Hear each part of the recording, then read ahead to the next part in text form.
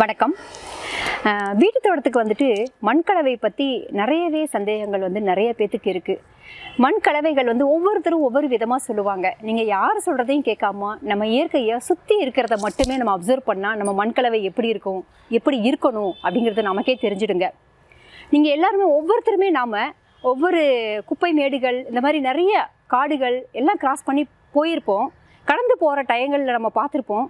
ஒரு கத்திரி செடியோ இல்லை ஒரு தக்காளி செடி இல்லைன்னா ஏதோ ஒரு பூசணி செடி தானாக முளைச்சிருக்கும். ஒரு மிளகாய் செடி இல்லை ஒரு பாவக்காய் செடி கூட தானாக முளைச்சிருக்கும். அது நிறைய காய்கள் காய்ச்சி எல்லாருமே அப்படி ஒரு சூழலை எல்லாருமே நம்ம பார்த்துருப்போம். அங்கே மட்டும் எப்படி காய்க்குது அப்படிங்கிறத யோசித்து பார்த்தாலே நமக்கு நிறைய விஷயங்கள் புலன்படுங்க. அங்கே மட்டும் யாருமே எந்த மனிதரும் போகிறதில்ல, யாரும் எந்த உரமும் கொடுக்கறதில்ல, எந்த கடையிலேருந்து எதையுமே நம்ம வாங்கி அங்கே போடுறதில்ல. அங்கே அதில் மட்டும் எப்படி காய் அப்படி நல்லாயிருக்கும். ஈவன் தக்காளி செடியெல்லாம் பார்த்துருக்குறோம், ரோட்டு உரங்களில் தானாக முளைச்சிருக்குங்க. அவ்வளோ காய் இருக்குது, பார்க்கவே ஆசையாக இருக்கும். போய் பறிச்சிட்டு வரணும் கூட ரொம்ப நமக்கு ஆசையாக இருக்கும். ஆனால் அது ஐயோ அங்கே குப்பையில் போய் நம்ம பறிக்கிறதா அப்படின்னு நினச்சிட்டு நம்ம ஒதுங்கி கடந்து வந்ததெல்லாம் இருக்கும். ஸோ அப்போது அங்கேயெல்லாம் என்ன இருக்குது அப்படிங்கிறத மட்டும் நம்ம கொஞ்சம் சிந்திச்சு பார்த்தோம்னாலே நம்ம வீட்டு தோட்டத்துக்கான மண்கலவை எப்படி இருக்கணும் அப்படிங்கிறதுக்கு நமக்கு தீர்வு கிடச்சிடுங்க.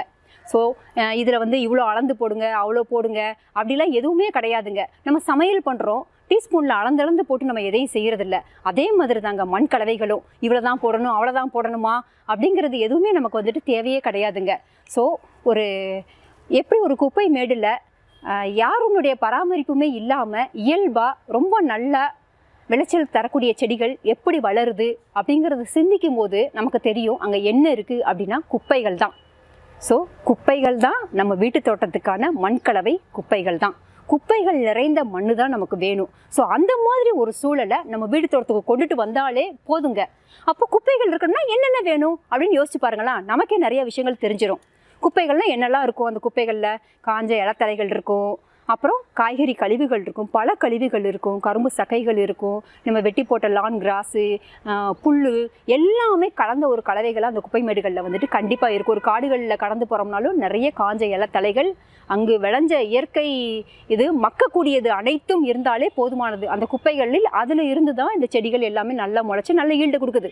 அதே ஒரு விஷயத்தை நம்ம வீட்டு தோட்டத்துக்கு கொஞ்சம் செயற்கையாக, அது இயற்கையிலே அங்கே விழுந்து கிடக்குது, நாம் கொஞ்சம் செயற்கையாக அதை கொண்டு நம்ம வைக்க போகிறோம். இந்த வேலையை நம்ம செய்தாலே போதுங்க. நம்ம வீட்டில் அங்கே எப்படி காய்கள் நல்லா காய்ச்சி இருந்ததோ அதே மாதிரி ஒரு இதை நாம் இங்கே கொண்டு வந்துடலாம். ஸோ அப்போ நாம் என்னெல்லாம் செய்யலாம் அப்படின்னு பார்த்தீங்கன்னா, எல்லோரும் கடந்து போவீங்க காய்கறி மார்க்கெட்டுகள், பல கடைகள், பல குடோன்கள், இங்கே இருக்கக்கூடிய கழிவுகள், காய்கறி கழிவுகள், பல கழிவுகள் எல்லாமே வீட்லேயும் காய்கறி வேஸ்ட்டு, கட்டிங் வேஸ்ட்டு எல்லாமே இருக்கும். இது எல்லாத்தையுமே மண்ணில் கலக்கலாம். மண் அப்படின்ன உடனேயே செம்மண் காசு போட்டு வாங்கணுங்கிற அவசியமே இல்லைங்க. கொஞ்சம் தூரம் நம்ம தள்ளி போனோம்னா, நம்ம எவ்வளோ பெரிய சிட்டியில் இருந்தாலுமே ஒரு 10-20 கிலோமீட்டர் தள்ளி வெளியில் அவுட்டருக்கு போனோம்னாலே கண்டிப்பாக நிலங்கள் இருக்கும். அந்த நிலத்தில் இருக்கிற சாதாரண மண்ணை வெட்டி கொண்டு போட்டாலே போதுமானதுங்க. இதுக்காக ஸ்பெஷலாக செம்மண் தான் வாங்கணும் அப்படிங்கிற அவசியம் இல்லைங்க. ஸோ மண், ஈவன் ரோடுகள்லாம் இப்போ நிறைய பக்கம் தோண்டி போடுறாங்க. அங்கே கூட உள்ளேருந்து எடுத்து வெளியில் போட்ட மண் ரொம்ப நல்லாயிருக்கும். செம்மண்ணாகவும் இருக்கும், நல்ல தோட்டத்து மண்ணாகவும் இருக்கும். இந்த மாதிரி எந்த மண் இருந்தாலும் சரி, அந்த மண்ணை நீங்கள் எடுத்து வச்சுக்கிட்டீங்கனாலே போதுங்க. அது ஒரு 2 பங்கு மண் வச்சுக்கிட்டீங்க அப்படின்னா 1 பங்கு காஞ்ச இலத்தலைகள். அந்த காஞ்ச இலத்தலைகளில் என்னெல்லாம் இருக்கலாம் அப்படின்னு பார்த்தீங்கன்னா, கரும்பு சக்கை, அதாவது மோனோகாட், டைகாட் 2 தாவரங்களினுடைய கழிவுகளும் இருப்பது மிக சிறப்பு. அதனால தான் எப்போவுமே காஞ்ச இலத்தலைகளோடு சேர்ந்து கரும்பு சக்கையும் சேர்ந்து இருக்கிற மாதிரி ஒரு மண்கலவையை சொல்கிற காரணம் எதனாலேனா, நமக்கு புல் இதெல்லாம் கிடைக்காது. ஆனால் கரும்பு சக்கைகள் எளிதாக எல்லா பக்கமுமே கிடைக்கிது ஜூஸ் கடைகளில். ஸோ கரும்பு சக்கைகள், காஞ்ச இலத்தலைகள், அதில் வேப்ப இலையும் இருக்கிற மாதிரி பார்த்துக்கங்க. இந்த மாதிரி ஒரு அமைப்பு இருந்தது அப்படின்னா நம்மளுடைய மண்கலவை ரொம்ப சிறப்பாக இருக்குங்க. ஸோ மண் 2 பங்குனா, இந்த காஞ்ச இலத்தலைகளை எல்லாம் கலந்த கலவை 1 பங்கு, அப்புறம் தொழு உரம்ங்கிறது பார்த்திங்கன்னா காசு போட்டு தான் எல்லாம் மண்புழு உரம் அந்த மாதிரிலாம் வாங்கணும்னு அவசியம் கிடையாதுங்க. நம்மளுடைய மாடு பால் ஊற்றுறவங்க அவங்கக்கிட்ட கேட்டிங்கனாலே உங்களுக்கு தொழு உரம் கிடைக்குங்க. மக்குன சாணி தாங்க, மக்குன சாணி குப்பை கிடைக்கும். அப்புறம் இல்லைன்னா ஆட்டு சாணி குப்பையோ, இல்லைன்னா குதிரை சாணி கழிவுகள், ஈவன் சில ஊர்களில் யானை இருந்தால் கூட யானை கழிவுகளை கூட பயன்படுத்தலாங்க. தப்பு இல்லை, எந்த அனிமல் வேஸ்ட்னாலும் பரவாயில்ல, பயன்படுத்தலாம். ஈவன் கோழியினுடைய இதையும் கழிவும் கூட பயன்படுத்தலாங்க. ஆனால் அது கொஞ்சம் சூடு ஜாஸ்தி. அதுக்கு நீங்கள் நல்லா தண்ணியை ஊற்றி கொஞ்சம் கூலிங் பண்ணி அப்புறம் நீங்கள் மண்ணில் கொஞ்சம் கலந்துக்கலாம். அளவு கம்மியாக வந்து கலந்துக்கணும். மாட்டு சாணி குப்பை, ஆட்டு சாணி இதெல்லாம் கலக்கிற அளவுக்கு வந்து ஜாஸ்தி வந்து இது கலக்கக்கூடாதுங்க. ஆட்டு சாணி குப்பையுமே கொஞ்சம் சூடு தான், அதெல்லாம் அளவாக பயன்படுத்திக்கலாம். ஸோ இதை வந்துட்டு இந்த மண்ணோடு ஒரு அரை பங்கு கலந்தீங்கன்னா போதுங்க. இதுதான் மெயினான விஷயம். 2 பங்கு மண், 1 பங்கு காஞ்ச இலத்தலைகள். அந்த காஞ்ச இலத்தலைகள் எல்லாம் கரும்பு சக்கையும் இருக்கணும், கொஞ்சம் வந்துட்டு வேப்ப இலைகளும் கலந்துருக்கிற மாதிரி பார்த்துக்கிறது சிறப்பு. ஏன்னா வேர்பூச்சி தாக்குதல்கள் வந்து வராமல் இருக்கும். இதுக்குன்னு வந்து வேப்பம் புண்ணாக்குன்னு வாங்கி போட வேண்டிய அவசியம் இல்லைங்க. ஸோ இது 1 பங்கு போட்டீங்க. இது இல்லை வந்து எனக்கு வந்து சாணி குப்பையே கிடைக்கல அப்படின்னா உங்களுக்கு கிச்சன் வேஸ்ட்டை வந்து கம்போஸ்ட் பண்ணி அதை கூட நீங்கள் இதில் கூட கலந்துக்கலாங்க.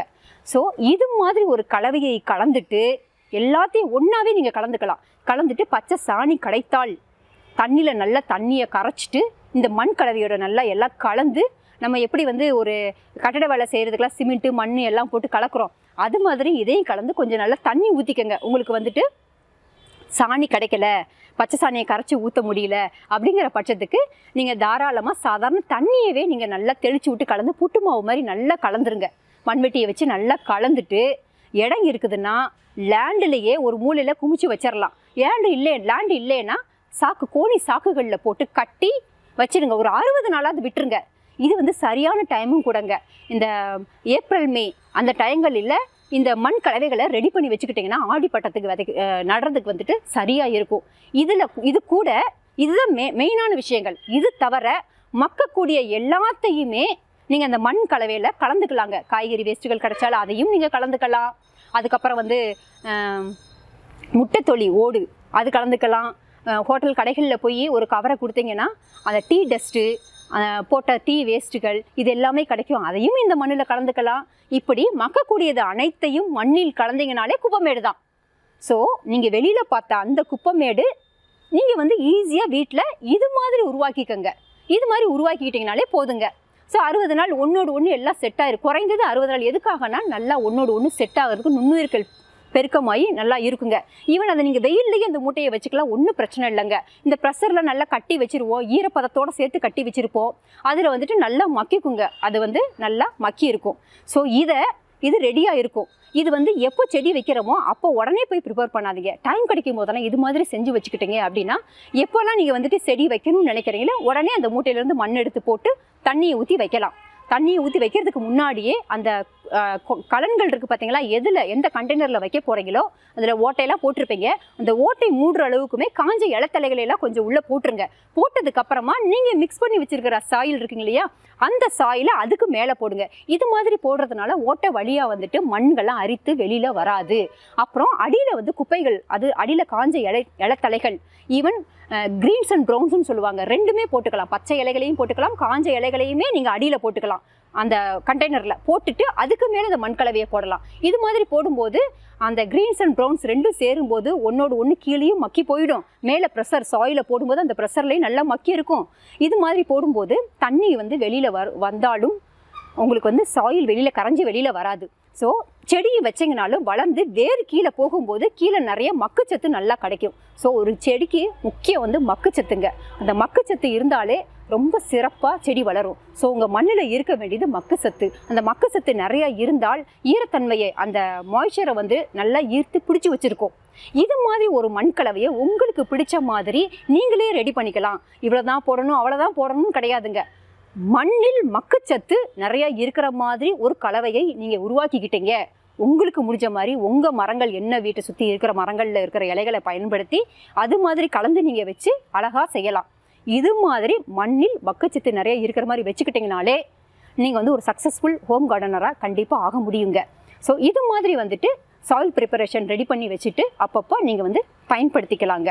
முக்கியமாக மக்கக்கூடிய அனைத்தையும் மண்ணில் கலந்தீங்கனாலே போதுங்க. ஒரு குப்பமேட்டில் எப்படி ஒரு காய்கறி செடிகள் பராமரிப்பு இல்லாமல் எவ்வளோ நல்லா வளருதோ அதே மாதிரி ஒரு வளர்ச்சியை உங்களுடைய செடிகளில் வந்துட்டு வீட்டு தோட்டம் மாடியில் வைக்கக்கூடிய செடிகளில் வந்துட்டு நீங்கள் பார்க்கலாங்க. ஸோ இது மட்டும் ஞாபகம் வச்சுக்கோங்க. உங்களுக்கு இயற்கை தான் வந்து நிறையாவே நமக்கு வந்து கற்றுக் கொடுக்குறது இயற்கை தான். இயற்கையை வந்து நல்லா கூர்ந்து கவனிச்சோம்னா நிறைய விஷயங்கள் வந்து நமக்கு புலன்படும். நமக்கு என்ன பிரச்சனைகள் எது இருந்தாலும் அதுக்கு சேர்ந்தாப்புல ஒரு விஷயத்தை வந்து நம்மளை சுற்றுப்புறத்தில் கவனித்தோம்னா நமக்கு தேவையான ரிசல்ட்டும் கிடச்சிடும். ஸோ செடி வைக்கணும். அப்போ அந்த செடி அங்கே எப்படி வளர்ந்ததுங்கிறத கொஞ்சம் யோசித்து பார்த்தோம்னாலே தெரிஞ்சிடும். அங்கே என்ன இருக்குன்னு தெரிஞ்சிடும். மக்கு சத்து மக்கு குப்பை நிறைந்த இதில் நல்லா வளர்ந்துருக்குங்கிறது நமக்கு புரிஞ்சுது. அதே விஷயத்த வீட்டு தோட்டத்துக்கு நம்ம செய்கிறோங்க. இவ்வளோதாங்க அந்த சாயில் ப்ரிப்பரேஷனுங்கிற விஷயமே இவ்வளோதான். இந்த விஷயத்தை மட்டும் நீங்கள் செஞ்சுக்கிட்டீங்க, உங்களை சுற்றி இருக்கிறத மட்டும் பயன்படுத்தி செஞ்சீங்கன்னா நம்ம தற்சார்பாகவும் இருக்கலாம். நிறைய செலவு பண்ணி நம்ம செய்ய வேண்டிய அவசியமும் இல்லைங்க. எல்லோரும் வீட்டு தோட்டம் வைக்கிறோம், மாடி தோட்டம் வைக்கிறோம் அப்படின்னும் நிறைய விஷயங்களை காசு கொடுத்து வாங்கி செலவு பண்ணுறோம். இது மாதிரி செலவு பண்ணும்போது நம்ம வீட்டில் இருக்கிறவங்களும் சரி நமக்கு வந்துட்டு பெருசாக சப்போர்ட் பண்ண மாட்டாங்க. ஏன்னா நிறைய செலவு பண்ணிக்கிட்டே இருந்தோம்னா சப்போர்ட் நமக்கு கண்டிப்பாக கிடைக்காதுங்க. இது எளிமையாக தற்சார்போடு நம்மளை சுற்றி இருக்கிறத மட்டும் பயன்படுத்தி அழகாக நம்ம செஞ்சோம், அதில் 4 காயை வரவழைச்சி காமிச்சிட்டோம்னா வீட்டில் இருக்கிறவங்க எல்லாருமே ரொம்ப ஹாப்பியாக ஃபீல் பண்ணுவாங்க.